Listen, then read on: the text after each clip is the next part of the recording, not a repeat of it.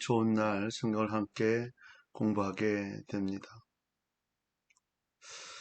자, 오늘 다윗의 정복 전쟁에 대한 지도를 보겠는데요. 다윗이 얼마만큼의 역할을 했던, 우리나라로 얘기하면 광개토 대왕의 역할을 했던, 그 정복을 했던 지역들을 한번 생각해 보려고 합니다. 저 북쪽에서는요, 우리가 아는 대로 이 아람이라고 하는, 또 다메섹, 또 쭉 내려오면서 동으로는 암몬, 또 모압, 에돔, 아말렉, 이쪽 블레셋 지역, 이 지역 전체적으로 다윗이 정복 전쟁을 하게 되어진 모습을 우리는 알 수 있습니다. 그러니까 이제 이 전체적인 모습들이 다 다윗의 영역 안에 있었다. 이것은 전적인 하나님의 은혜였음을 우리가 발견하게 됩니다. 자, 이제 압살롬의 반란, 성경을 보면 그런 내용들을 또 이제 보게 되는데, 압살롬이 반란을 일으키죠. 이 압살롬은 다윗의 아들이었어요. 다윗은 오늘 아름다운 여인을 보고 반하게 되죠. 그녀는 다윗의 30인의 용사 중에 한 사람 우리아라고 하는 장군이었고, 우리아 장군의 아내 바세바가 이제 여인으로 보여지면서 눈여겨보게 되는 그런 여인이 되어집니다. 다윗은 우리아를 위험한 전쟁터로 보내게 되고 결국 바세바를 아내로 맞이하게 되죠. 이에 한 예언자 나단 선지자가 다윗에게 하나님의 분노와 저주를 전해주게 되어집니다. 다윗에게 많은 아들, 딸이 있었는데요. 압살롬은 셋째였다. 셋째. 다말과는 한 어머니에게서 난 친남매였다. 그러니까 다윗의 아내도 여러 명인데 이 압살롬과 이 다말은 같은 어머니, 친남매였다. 그런데 다른 어머니, 예, 다윗의 장남이었던 암논이 이 다말을 농락한 거예요. 욕보였어요. 그런데 다윗이요, 아무런 조치를 취하지 않아요. 복수의 칼을 갈던 이 압살롬이 2년 뒤에 누구를 암논을 죽이죠. 이게 두려워서 압살롬은 그술 왕이었던 외할아버지에게 몸을 피했고 3년 후에 요압이 다윗을 설득해서 예루살렘으로 돌아오게 되어졌죠. 아마 이 압살롬이 역할을 했던 어떻게 보면 인정을 받았던 사람이 있기 때문에 다윗이 다시 복귀할 수 있도록 그렇게 하지 않았나 이런 생각을 가져요. 그런데 그가 뭘 하냐면 반역을 일으킵니다. 헤브론에서 자기 지지하는 사람들과 함께 반역을 일으키게 됐고 다윗은 생각도 못하게 모든 것을 두고 그냥 신발만 신고 도망가는 처지가 되어지죠. 다윗은 이것을 우리아를 죽이고 바세바를 차지한 것에 대한 하나님의 저주 아니겠는가 이렇게 생각이 되어지고 압살롬이 예루살렘을 무혈 입성해요. 준비를 많이 한 거죠. 그 동안 다윗은요 혼비백산에서 도망을 가면서 마하나임에 이제 다윗을 쫓는 많은 사람들이 이제 집결을 하는 상황을 갖게 되어지고 이 압살롬이 에브라임 수풀의 전투에서 죽게 되죠. 그러면서 반란은 마지막으로 끝내게 되어지고 바세바가 낳은 솔로몬 이 다윗을 이어서 이스라엘의 왕이 되어집니다.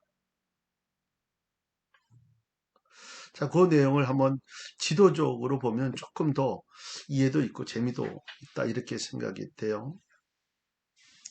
이 압살롬이 자기 여동생 다말을 욕보인 암논을 죽인.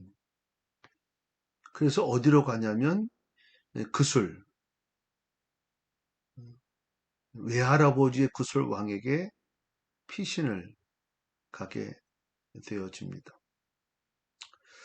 요압이 강력하게 요구함으로 3년 후에 다시 예루살렘으로 돌아오게 되죠. 그런데 6년 후에 헤브론으로 이 헤브론으로 가서 세력을 규합하게 되어지고 전략가인 아이도벨, 그러니까 이 많은 전략가와, 그러니까 이 압살롬이 능력이 있었던 거죠. 그러니까 앞으로 다윗의 뒤를 이을 수 있는 사람은 압살롬이에요. 그래서 많은 사람이 이 압살롬을 어, 어, 왕으로 세울 것을 준비를 하는 거예요. 그래서 이 예루살렘으로 가는 무혈이 없어요. 싸움하지 않고 그 바람에 이 다윗은 도망을 가게 되어지죠. 그러면 어디로 가게 되어지냐면 이 마하나임이라고 하는 곳에 집결을 하게 됩니다. 다윗의 군대들이.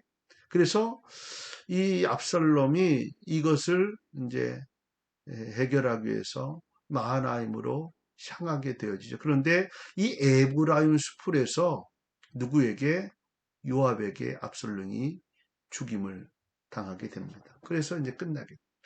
참 늘 느끼는 것은요, 인간의 애씀과 노력은 순식간에 없을 수 있다. 그러니까 하나님의 계획과 하나님의 은혜 가운데 그 일들을 이룰 수 있는 것이 가장 오래 갈 수 있고 성공할 수 있는 방법이다.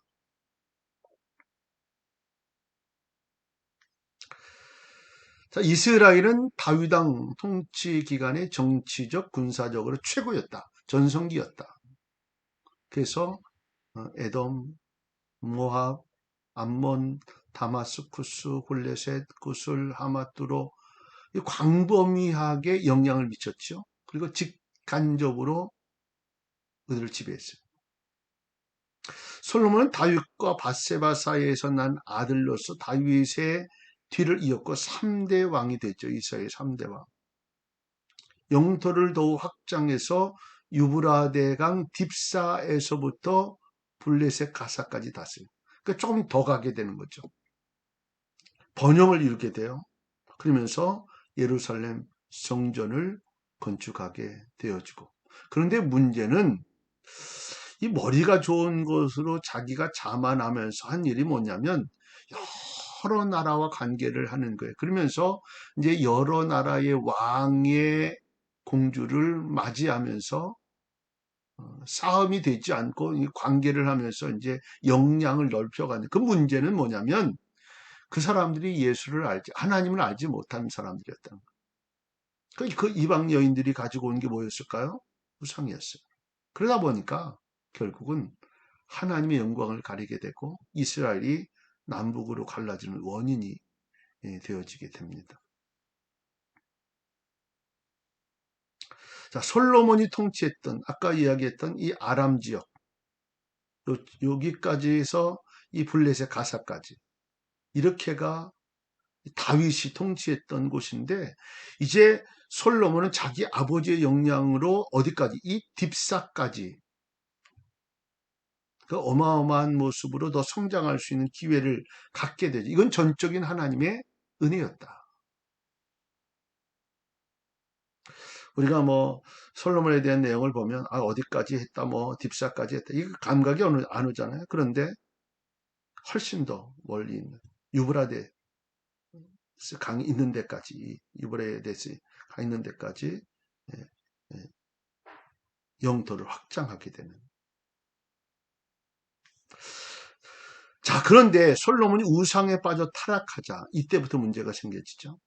이스라엘 대적들이 급격히 세력을 확장하기 시작하면서 솔로몬이 죽은 후에 남유다와 북이스라엘로 갈라지면서 극심한 분열이 일어나. 하나로 돼도 저들을 할 수가 없는데 분열이 일어나고 혼란이 일어나며 결국은 곳곳마다 이스라엘 지배를 받았던 곳곳 민족들이 독립선언을 하고 이스라엘 영토는 급격하게 줄어듭니다. 한번 볼까요?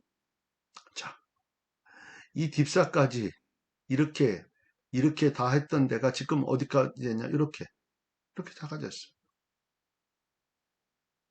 성경은 우리에게 늘 이야기하고 있는 거죠. 성경대로 하나님 원하시는 대로의 삶을 살면 반드시 하나님이 기회를 주고 넘치는 역사를 이루겠다는 건데, 그렇지 못하면 이렇게 줄어들어요. 이렇게 줄어들어요. 안타까운 일이죠. 부정왕국이 되면서. 자, 엘리야의 이제 열왕기상에 들어가면 이 엘리야의 행적에 대한 내용을 소개하는데 뭐 복잡하죠. 다는 소개할 수 없고, 여러분이 성경을 읽으면서 여기가 사르밧이었구나, 여기가 시내산이었구나, 이런 내용들을 중심으로 해서 한번 볼 수 있도록 할게요. 자, 디셉 사람 엘리야가 이스라엘 왕이었던 아합에게 가뭄이 들 것을 경고했어요. 그 두려운 상황이 생겨지니까 이렇게 해서 여기서 경고를 하고 어떻게 했냐면 그린 시내가 성경 보면 그린 시내라고 하는 내용이 나오죠. 이 그린 시내가로 피하게 됩니다. 그 어디로 가게 되냐면 하나님이 사르밧으로 피시는, 이 사르밧이 여기거든요. 여기가 누구의 고향이라고 그랬어요? 예, 아, 그 아내였던 하나님이 사르밧까지 가게 하는 이런 상황까지가, 왜 하나님이 하필이면 아합왕의 왕후가 있었던 곳까지 가게 했냐는 거죠. 이 위까지, 사르밧까지. 자, 여기서 과부를 통해서 음식을 또 먹고 또 머물러 있다가 죽은 아이를 살리게 되어지고, 다시 어디로 오게 되죠? 이렇게 내려오면서 우리가 잘 알고 있는 갈멜산, 850대 1로 싸워 승리했던 갈멜산. 또 여기 왕후 이세벨이 엘리야를 죽이겠다고 하니까, 850대 1과 싸워 이겼던 그가 왕후 이세벨이 죽이겠다니까 두려움이 생겼어요. 어디까지 갔나 보세요. 우리가 알고 있는 모습으로는 저 아래지역까지. 자, 부엘세바를 걸쳐서 우리가 로뎀나무 이야기하잖아요. 그러니까 저 위에서 이 아래까지 막 도망을 온 거예요. 살겠다고. 그리고 결국 시내산까지 가게 되었죠. 이제 지도가 더 내려가니까 더 힘드니까 이렇게 나온 거죠. 그러니까 이 부엘세바, 여기가 지금 부엘세바죠. 이 부엘세바에서 이만큼 내려온 거죠. 그리고 다시 어디로 올라가요? 엘리사를 제자로 삼았던 곳으로 가게 되고, 이 엘리사가 쫓아다니면 마지막에 엘리야가 해오리 바람을 타고 하늘로 승천했던 곳이 어디냐면 여기죠. 길갈로 쫓아도 가고 베델로 갔다가 베델에서 여리고에서 이 해오리 바람을 타고 승천하는, 이렇게 요 정도까지만 좀 보면 엘리야가 어떻게 일을 했나 하는 모습, 우리가 생각하는 것은 사마리아에서 디셋, 그린 시내, 그 다음에 사르밧, 저 위에까지 올라갔다가 다시 내려와서 갈멜산에서 싸우고, 다시 그 이세벨의 칼이 무서워 도망을 아래까지, 부엘세바에까지, 어디까지요? 시내산까지 갔다가 다시 올라와서 이제 또 하나님의 역사를 이루면서 제자를 엘리사를 삼고 엘리사와 끝까지 있다가 여리고를 넘어서 바람을 타고 헤어리 바람을 타고 하늘로 승천, 이런 게 이제 엘리야의 행적으로 이해를 하시면 될 것 같아요. 이스라엘 멸망시킨 아시리아는 수많은 이스라엘 백성 포로로 끌어갔다. 그리고 유브라데스강 인근의 이방인들을 가나안 땅으로 이주했겠다. 그러니까 바꾼 거죠. 이스라엘 백성들을 여기서 빼서 포로로 잡아가고, 그 포로로 잡혀 가서 비어 있는 그 자리에 누가 이방인들이 와서 가나안 땅에 이주를 시켜서 살게 하고 뭐 이런 거죠. 왜냐? 백성을 흩어지게 해서 결속력을 약화시키고 반란을 막으려는 정책의 결과였다. 유다 13대 왕 히스기야 때부터 북쪽을 막아준 이스라엘 북쪽 이스라엘을 얘기하는 거예요. 유다는 남쪽 유다를 얘기하는 것이고, 멸망하자 유다는 아수르의 세력과 직접 부딪히게 되고 결국 망하게 되고 포로로 끌려가게 됩니다. 이 갈그미스 전투에서 아수르와 이집트가 패하고 바벨론이 승리를 하게 되죠. 승자가 되어집니다. 막강한 이제 미국 같은 막강한 바벨론이 형성이 되어지면서 1, 2차의 침략이 이어지고 많은 백성이 포로로 끌려가고 3차 침략으로 유다, 남쪽 유다를 이야기하는 거예요. 남쪽 유다도 멸망하게 됩니다. 아수르 때 북쪽 이스라엘은 멸망을 하고 유다는 남쪽 유다는 이 바벨론 때 멸망을 하게 됩니다. 그 많은 백성을 바벨론 부근으로 끌고 가게 되고 70년간의 포로 생활을 하게 되고 예레미야 예언대로 포로 생활을 마치고 나서 다시 돌아오게 되죠. 이제 여기 이제 마지막 내용입니다.